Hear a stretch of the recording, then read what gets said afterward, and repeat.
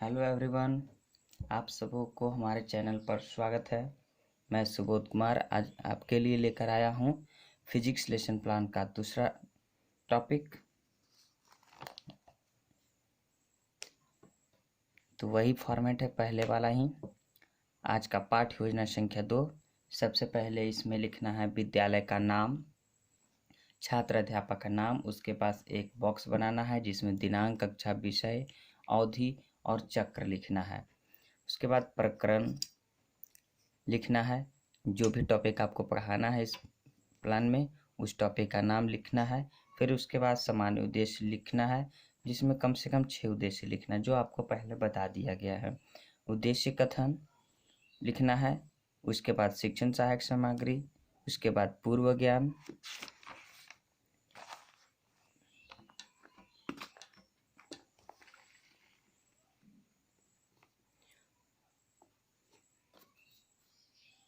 उसके बाद प्रस्तावना निकालना है, फिर एक कॉलम बनाना है प्रस्तावना के लिए जिसमें क्रम संख्या रहेगा, छात्र अध्यापक क्रिया रहेगा और छात्र छात्रा क्रिया रहेगा।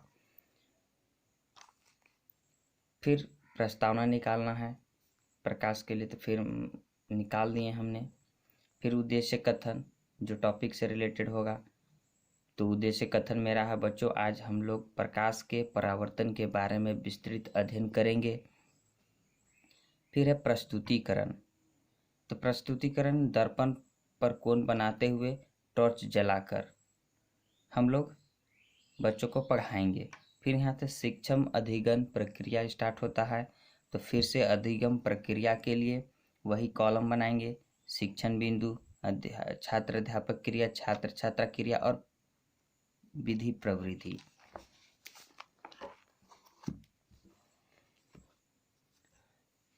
फिर से उसी कॉलम को कंटिन्यू करते हुए हम लोग जो टॉपिक है उसके बारे में यहाँ बताएंगे।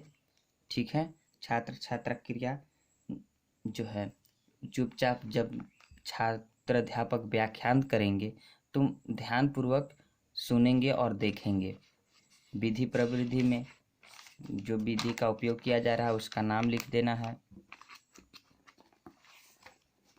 फिर है बोध प्रश्न। जब थोड़े टॉपिक पढ़ा लिए जाते हैं तो उसके बाद छात्र अध्यापक द्वारा बोध प्रश्न जरूरी है, क्योंकि इसी बोध प्रश्न से यह पता चलता है कि बच्चे कितना समझ रहे हैं या नहीं समझ रहे हैं, या उनका ध्यान हमारे पढ़ाई की ओर ध्यान है कि नहीं, बोर्ड पर ध्यान है कि नहीं। अतः बोध प्रश्न पूछ लिए जाते हैं। तो हमने यहाँ 3-4 बोध प्रश्न पूछे हैं।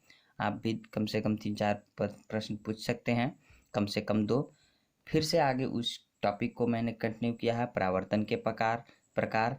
तो परावर्तन 2 प्रकार के होते हैं, एक होता है नियमित परावर्तन, एक अनियमित परावर्तन। तो इसके बारे में मैंने फिर से बताया।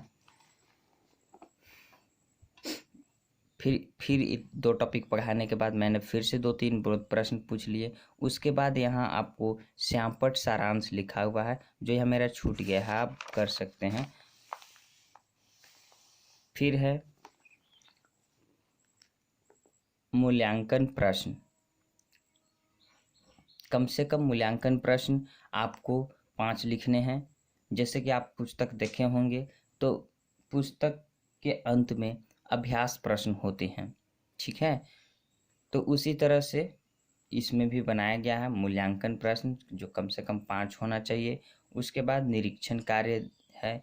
तो छात्र निरीक्षण कार्य में क्या होगा, छात्र अध्यापक जो है श्यामपट्ट पर लिखे गए तथ्यों को छात्रों को अपने उत्तर पुस्तिका में लिखने का निर्देश देगा तथा कक्षा का घूम घूम कर निरीक्षण करेगा।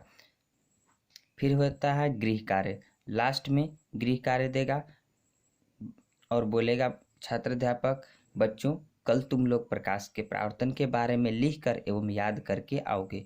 फिर अंत में छात्र अध्यापक का हस्ताक्षर और पर्यवेक्षक का हस्ताक्षर होगा। धन्यवाद। आशा है कि आपको वीडियो पसंद आया होगा। अतः आपसे अनुरोध है कि वीडियो को शेयर करें, लाइक करें और सब्सक्राइब करें। धन्यवाद।